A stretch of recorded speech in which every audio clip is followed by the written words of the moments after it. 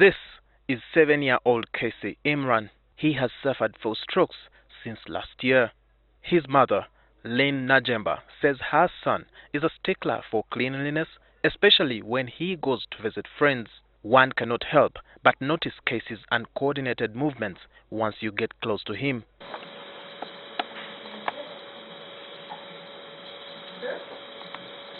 Casey's mother hosted us at their home in Kampala, where she told us about his medical condition. He had just joined P1.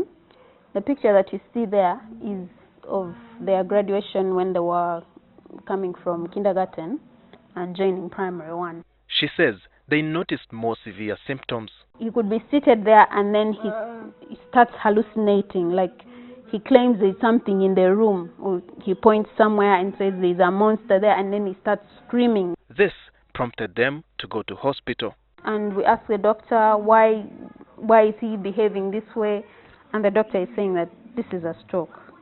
It was in March, and the stroke in March caused a condition nearing to cerebral malaria. Dr. Deogracius Munube, a pediatrician in the Department of Pediatrics and Child Health at Mulago Hospital, explained why Casey had such a condition. Why? Because you keep damaging parts and parts of your brain until you lose almost the function. Dr. Munube further revealed that stroke is common in sicklers of a tender age, especially those below 5. Sickle cell disease is a genetic disease and is transmitted to offsprings of 2 parents who carry the gene. The disease has no common symptoms. It deforms blood cells, which makes them inefficient to transport oxygen throughout the body. This, medics say, is the cause of the joint pains and stroke in young children. For you to get a stroke, it's really as a result of damage to your brain. For you to get another stroke, it is quite unique with sickle cell disease, because the moment you get one stroke, you have a higher risk of getting a second, a third, and a fourth.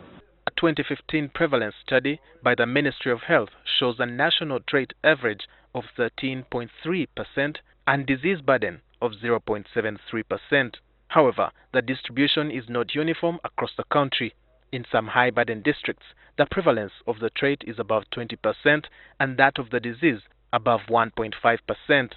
Dr. Munube also explained the possible damage that can result from stroke. You have what we call a hemorrhagic or bleeding into the brain, or you have an infarct or a blockage of a vessel.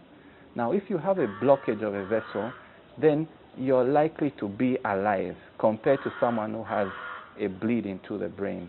Casey is now on a recovery journey, but this has rendered his mother jobless as she has to give extra care to her son. It took away some of his control measures, like he could not control the susu and the poo.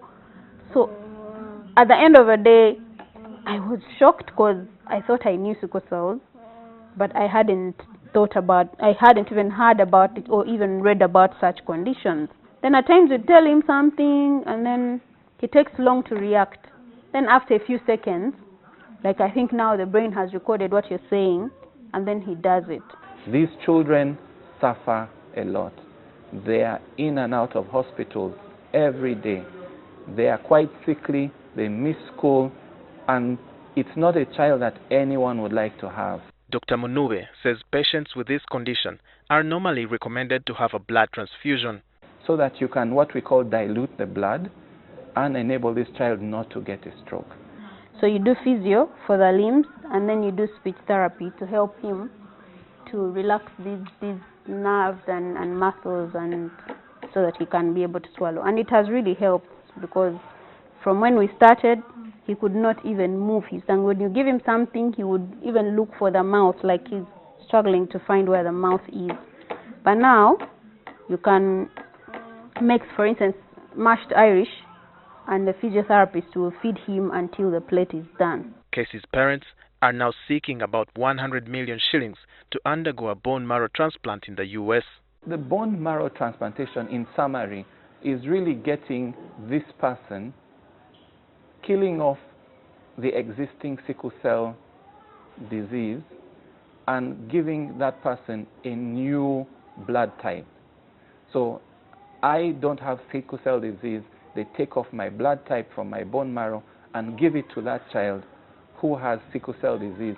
But after going through a series of treatments to kill off the existing sickle cell, then that person starts producing these new cells, which are mine, which are normal cells.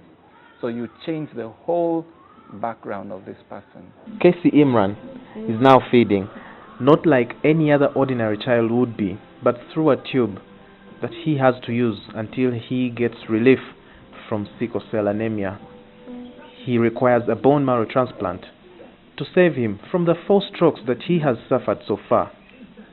The only advice to you out there is to have your cells tested and checked for such diseases like sickle cells. Walter Mwesigye, NTV.